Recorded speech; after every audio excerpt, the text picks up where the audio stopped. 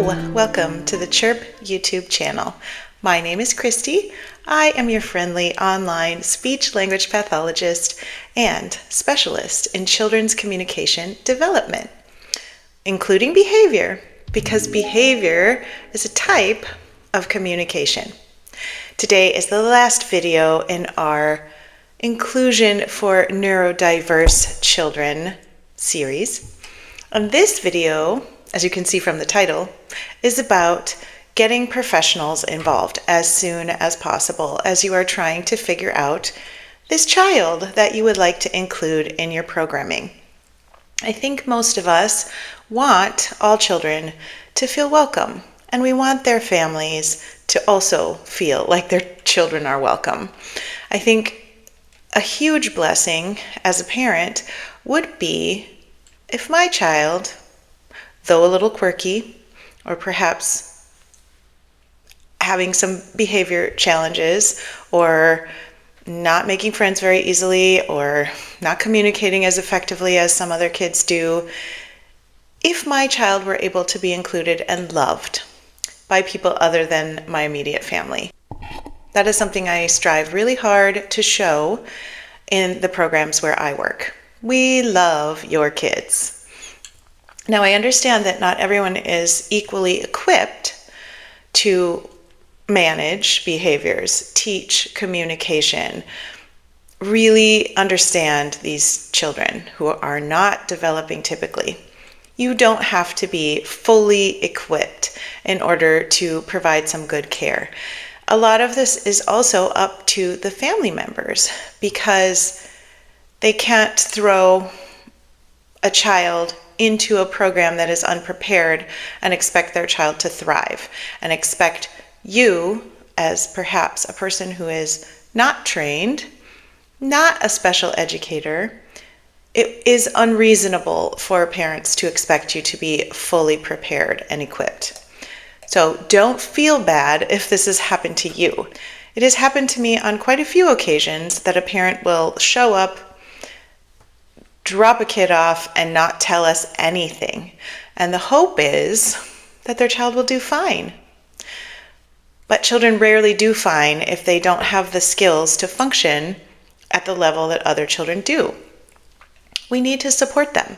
So if you're a parent, please don't make assumptions that your child will do fine, but inform people in advance. Here are some of my child's needs. We're going to bring in this and this because that helps him stay calm.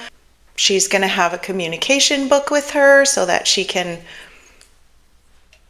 let you know when she needs to use the bathroom.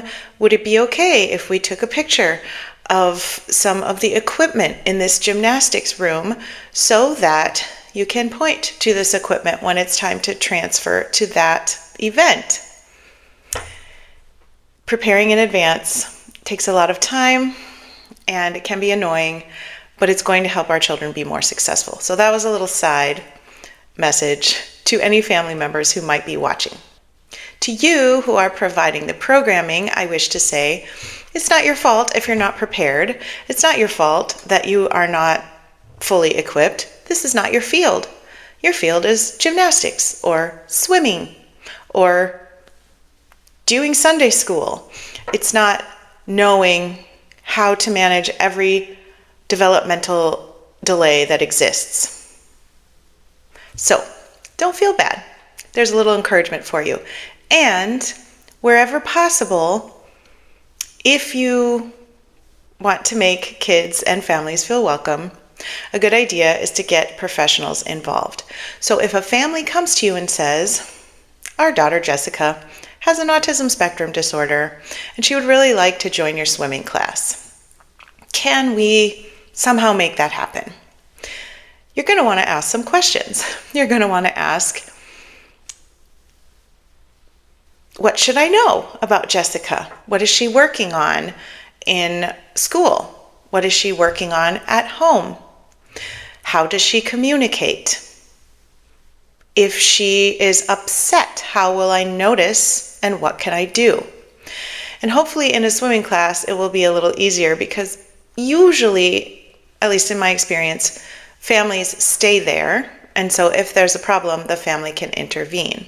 In other areas, perhaps a church, classroom, or after school programs, something like that, sometimes it's not as easy because the families are not there. You'll notice I'm saying families, by the way, instead of parents. And this is purposeful because it's not always parents who are giving care to a child. Sometimes it's a therapist who brings a child to an event or a program. Sometimes it's an aunt or a grandmother or a grand uncle or grandfather. Sometimes it's foster parents.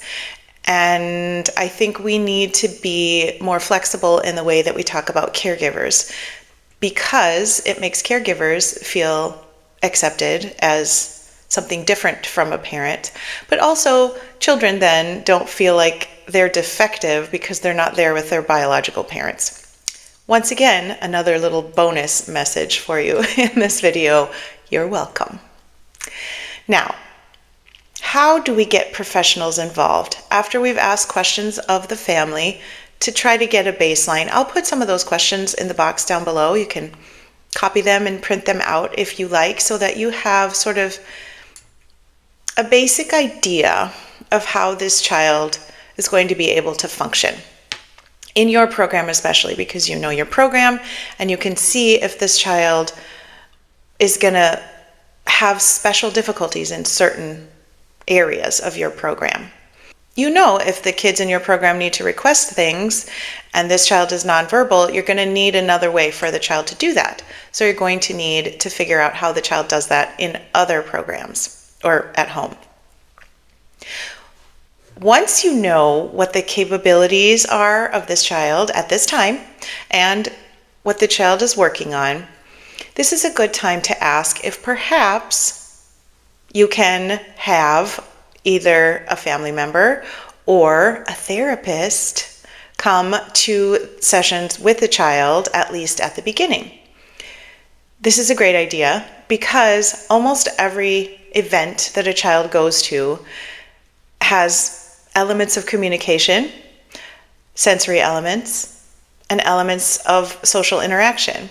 And these are all things that children with developmental delays or disorders usually are working on in their individualized education plans, their IEPs. Usually there are goals on all these areas because they're areas where kids easily have weaknesses. And so we write goals so that the kids can work on them. And they're very easy to work on in situations like church, swimming, gymnastics, school. It's easy to help kids build relationships with other kids. It's easy to help kids communicate because they're motivated by getting in the pool or getting on the balance beam. It's really helpful if perhaps the speech therapist can do her session overlapping with your gymnastics class. Then that child has some extra support, and you can watch to see which strategies that professional is using to help the child in those areas where the child might have weaknesses. That is a super good idea. If not, it's a good idea to ask the family if the professionals in their child's lives would be willing to just write you a one-page summary of things that you could do for this one particular child that would help him or her stay calm, communicate more effectively, interact better. If it's short, if there are 3 top things that you can recommend to me, I will do my best to do those things. Now, I realize that this all seems like a lot of work, and it kind of is. If you run your own private program and you feel like you are putting in a lot of extra work, you could always charge more. However, I think it's worth putting in extra work for some kids because it really is good for all kids, especially at a non-academic program. In academics, I have more concerns about integrating all children together in the same classroom because not all children are going to benefit from the same level of teaching.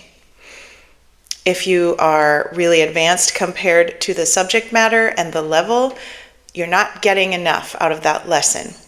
If you are delayed and you aren't accessing the teaching at the same level as everyone else, or the majority, I guess, you also are not getting enough out of that lesson.